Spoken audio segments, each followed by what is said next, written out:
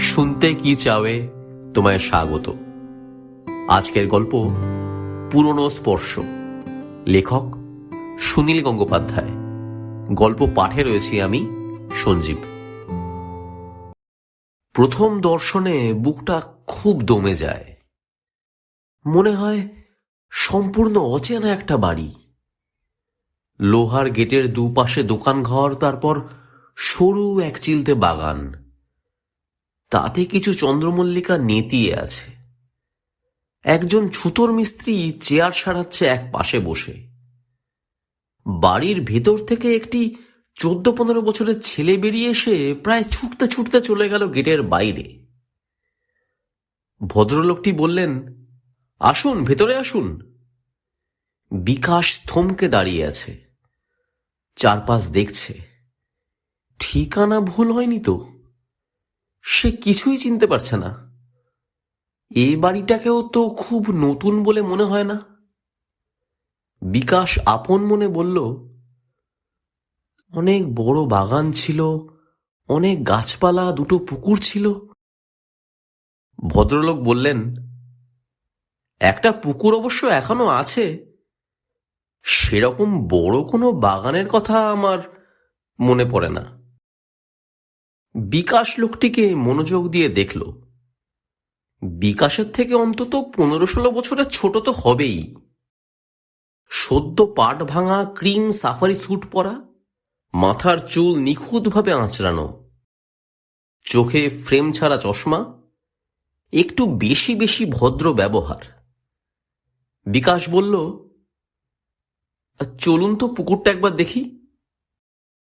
বাড়ির ডান পাশটায় কিসের যেন একটা ছোটখাটো কারখানা।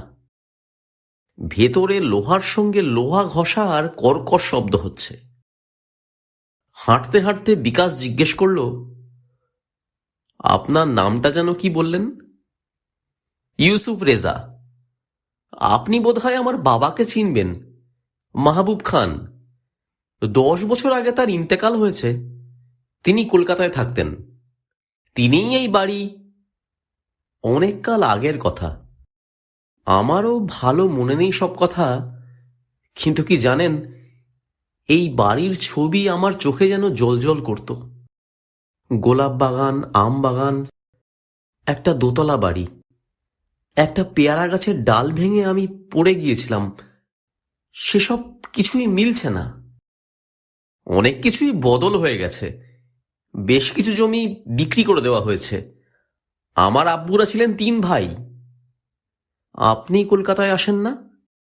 72-তে একবার গিয়েছিলাম, তাও 2-3 দিনের জন্য। আমি ঢাকা থেকে এলাম প্রায় 30 বছর বাদে। এত কাছে কলকাতা থেকে মাত্র প্লেনে আধ ঘন্টা তো লাগে। ইচ্ছে করলেই তো আসা যায়, তবু আসা হয়নি। আপনি হোটেলে উঠেছেন? ইচ্ছে করলে এখানে এসেও থাকতে পারেন। একটা গেস্ট রুম আছে আমাদের বাড়িতে। এটা আপনারও বাড়ি বলে মনে করতে পারেন। ধন্যবাদ, ধন্যবাদ। আমি এসেছি অফিসের কাজে। হোটেলে আমার সঙ্গে আরো 2জন কলিগ আছেন।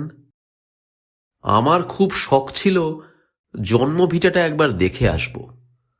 এখানে জন্মেছি, খেলা করেছি। রেজা সাহেব, আপনার কলকাতার বাড়িটা দেখতে ইচ্ছা করে না?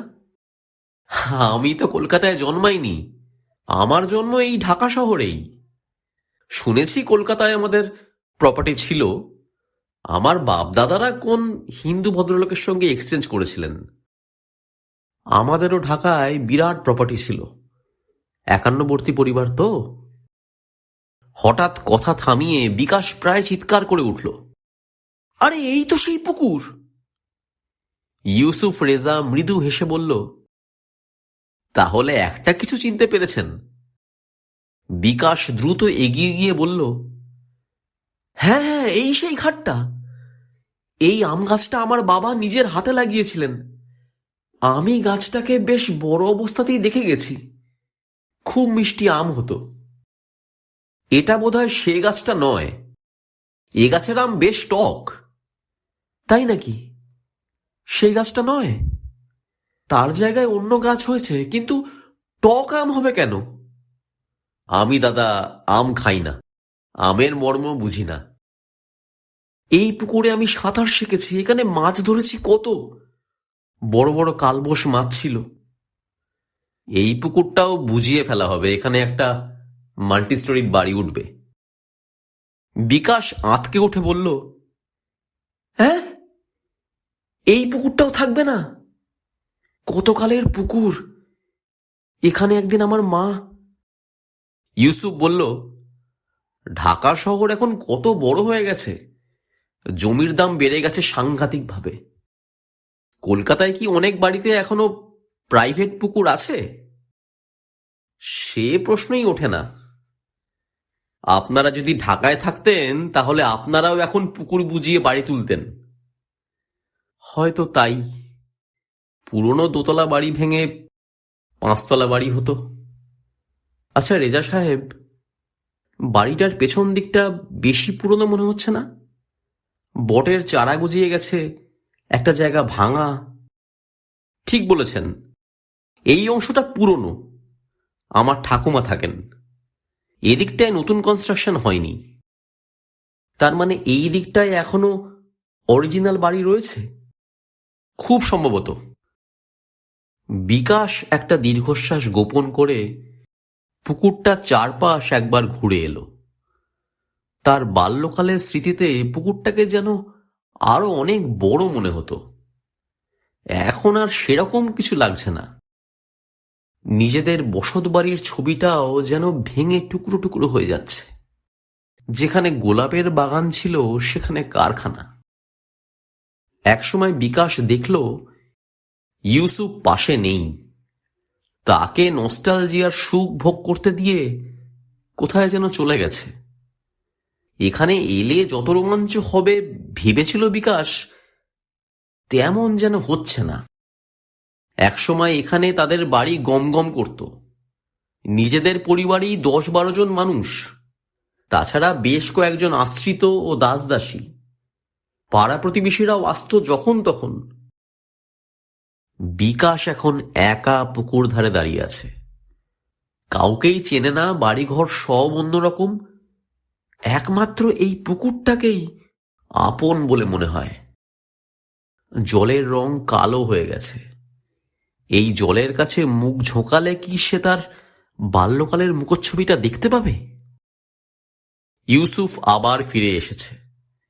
বিকাশ বলল, আপনাকে অনেক ধন্যবাদ রেজা সাহেব, আপনি আমার জন্য এতখানি সময় নষ্ট করলেন। এবার আমি চলি। ইউসুফ বলল, এর মধ্যে যাবেন কি? বাড়ির ভিতরে আসেন, একটু চা খেয়ে যাবেন।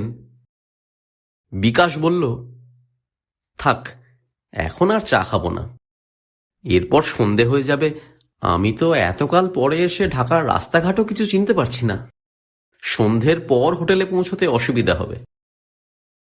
ইউসুফ বলল, তার কোনো সমস্যা নেই, আমার গাড়ি আপনাকে ছেড়ে দিয়ে আসবে, চায়ের ব্যবস্থা হয়ে গেছে। বসবার ঘরটি অত্যন্তই সুসজ্জিত। দেওয়ালে বিদেশের আধুনিক শিল্পীদের ছবির কয়েকটি প্রিন্ট। ইউসুফ রেজার অবস্থা বেশ সচ্ছল বোঝা যায়। ব্যবহারও অত্যন্ত মার্জিত ও ভদ্র। সোফায় বসার পর বিকাশের ক্ষীণ মনে পড়ল তাদের বাড়ির বৈঠকখানায় তক্তপোষ আর তাকিয়া থাকত। একটু পরে একজন মহিলা ঢুকে বললেন, আসসালামু আলাইকুম।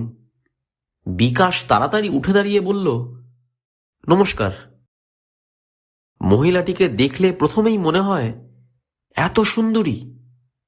এরকম সুন্দরীকে যেন শুধু সিনেমাতেই দেখা যায়। যেমন রং তেমন শরীরের গড়ন, মুখে চোখে সপ্রতিভ ভাব। দেখলেই বোঝা যায় লেখাপড়া ভালোই জানেন। ইউসুফ বলল, আমার স্ত্রী হেনা। হেনা একটু দূরে বসে বলল, এই বাড়ি বাগান সব আপনাদের ছিল? এত সব সম্পত্তি ফেলে রেখে কলকাতায় চলে গেলেন? বিকাশ কিছু বলার আগেই ইউসুফ বললেন, না না, ফেলে রেখে যাননি। ওনারা আমাদের কলকাতার একটা প্রপার্টির সঙ্গে এক্সচেঞ্জ করেছেন। সেটা বোধহয় 1950-52 সালে, তাই না? বিকাশ বলল, অনেক কাল আগের ব্যাপার। আমাদের বাবা জ্যাঠারা এসব করেছিলেন। আমার সেসব কিছুই মনে নেই। শুধু আমি এখানে জন্মেছিলাম, ছোটবেলায় এখানে খেলাধুলো করেছি, সেই সব একটু একটু মনে আছে। হেনা বলল, নিজের জন্মস্থান অপরের হয়ে গেছে, সেজন্য কষ্ট হয় খুব, তাই না? বিকাশ হেসে ফেলে বলল, আমার বাবা জ্যাঠামশাইদের কষ্ট হয়েছিল নিশ্চয়ই, কিন্তু এতদিন পরে আমার যদি কষ্ট হয় তবে সেটা নিছক মন গড়া। লোকেরা নিজেদের বাড়ি বিক্রি করে আবার অন্য কোথাও নতুন বাড়ি বানায় না? আমার কত বন্ধু উত্তর কলকাতা ছেড়ে দক্ষিণ কলকাতায় চলে এসেছে। ইউসুফ বলল, হেনার বাপের বাড়ি টাঙ্গাইল, সেখানকার প্রপার্টি বেচে আমার শ্বশুর ধানমন্ডিতে নতুন বাড়ি করেছেন। হেনা, তোমার জন্মস্থানও এখন পরের হয়ে গেছে। হেনা হেসে বলল, আমার জন্মস্থান একটা হাসপাতালের কেবিনে। বিকাশ মনে মনে বেশ অবাক হচ্ছে। ছোটবেলায় তাদের বাড়িতে সবচেয়ে সুন্দরী ছিল জ্যাঠতুতো দাদার স্ত্রী। তাকে বিকাশ বলতো নতুন বৌদি। তার সঙ্গে এই মহিলার খানিকটা মিল আছে, কিন্তু নতুন বৌদি বাইরের লোকের সামনে বেরুতেন না। অচেনা কোনো লোকের সঙ্গে কথা বলার প্রশ্নই ছিল না। বিকাশের ধারণা ছিল মুসলমান বাড়ির মেয়েরা পর্দানসীন হয়, কিন্তু হেনা কত সহজভাবে তার সঙ্গে আলাপ করছে, হাসছে। সময় কত বদলে গেছে। শুধু চা নয়, তার সঙ্গে খাবার দাবারের এলাহি ব্যবস্থা, মস্ত বড় বড় সন্দেশ, অমৃতি, কচুরি। বিকাশ বলল, এত? না না, আমি পারবো না। হেনা বলল, আপনি নিজের বাড়িতে এসেছেন, একটু মিষ্টিমুখ করবেন না? বিকাশ বলল, নিজের বাড়ি? যাদের সত্যিকারের এ বাড়িটা নিজের বাড়ি ছিল তারা কবে পৃথিবী ছেড়ে চলে গেছে? ইউসুফ বলল, আমার বাবাও বেঁচে নেই, তিনি গেছেন অনেক দিন। আমার মাও চলে গেলেন গত বছর। বিকাশ বলল, আমার ছেলেমেয়েরা আমার মুখে ঢাকার গল্প শুনলে হাসে। তারা বলে, বাবা তুমি কতবার ওই একই গল্প বলবে? এখানে এসে বুঝতে পারছি তাদের আমি মিথ্যে গল্প বলি। সে তো আমার একটা কল্পনার বাড়ির গল্প। সেরকম বাড়ি এখন ঢাকাতে কোথাও নেই। রেজা সাহেব, আপনিও কলকাতায় গেলে আপনার বাড়িটা চিনবেন না। ইউসুফ বলল, আমি সেখানে জন্মাইনি, সে বাড়ি কখনো দেখিনি, আমার চেনার কোনো প্রশ্নই ওঠে না। চা শেষ করার পর বিকাশ বলল, শুধু আর একটা অনুরোধ, এ বাড়ির পেছন দিকটায় পুরনো খানিকটা অংশ রয়ে গেছে, সে জায়গাটা একটু দেখতে পারি, যদি কিছু মনে পড়ে। হেনা আর ইউসুফ দুজনেই একসঙ্গে বলে উঠল, নিশ্চয় নিশ্চয়ই। নতুন বাড়ির পর একটা উঠোন, তারপর পুরনো মহল। একতলার ঘরগুলো ঘুরে বিকাশ উঠে এলো দোতলায়। এখনো সে কিছু চিনতে পারছে না। এই দিকটা কি ছিল জ্যাঠামশায়ের অংশ?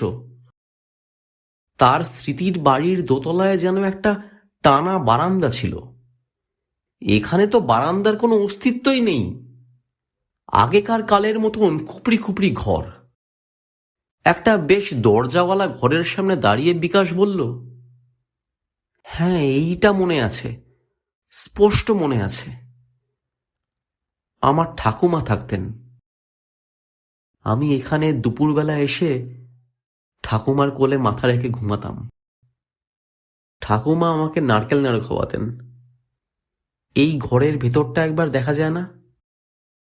দরজার একটা পাল্লা খোলা, অন্য পাল্লাটাও ঠেলে খুলে দিল হেনা। সঙ্গে সঙ্গে বিকাশের বুকের মধ্যে ধক করে উঠল। মনে হলো সে চোখে ভুল দেখছে। রোমাঞ্চ হলো তার সমস্ত শরীরে।